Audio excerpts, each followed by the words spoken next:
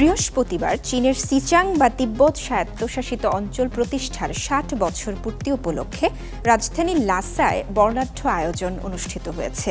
এই আয়োজনে উপস্থিত ছিলেন দেশটির প্রেসিডেন্ট শি জিনপিং সহ শীর্ষ নেতারা। লাসা শহর জুড়ে উৎসবের আমেজ। সিচাং বা তিব্বতের স্বায়ত্তশাসিত অঞ্চল গঠনের ৬ দশক পূর্তি উপলক্ষে বুধবার থেকে চলছে নানা আয়োজন।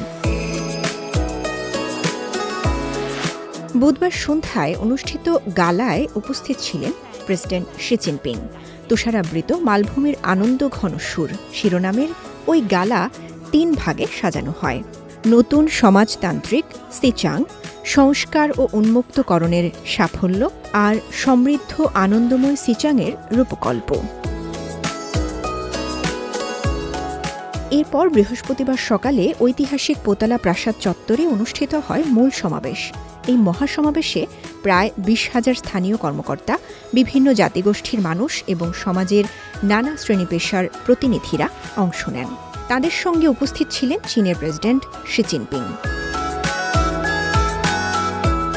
৬০ বছরের এই মাইলফলক ঘিরে তিব্বতের সর্বত্রই এখন উৎসবের আমেজ ছড়িয়ে পড়েছে, রঙিন হয়ে উঠেছে পুরো অঞ্চল।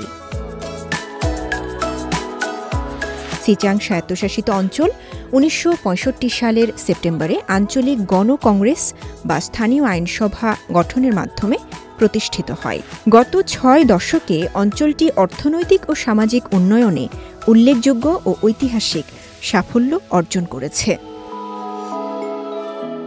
জাতীয় সমীক্ষা অনুযায়ী ২০২৪ সালে সিচাংয়ের জিডিপি দাঁড়িয়েছে ২৭৬.৫ বিলিয়ন ইউয়ানে, যা ১৯৬৫ সালের তুলনায় ১৫৫ গুণ বেশি।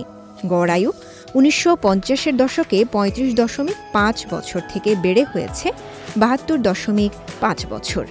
দীর্ঘদিনের চরম দারিদ্র্য দূর করে সিচাং এখন সমগ্র চীনের মতোই একটি মধ্যম আয়ের সমৃদ্ধ সমাজে পরিণত হয়েছে।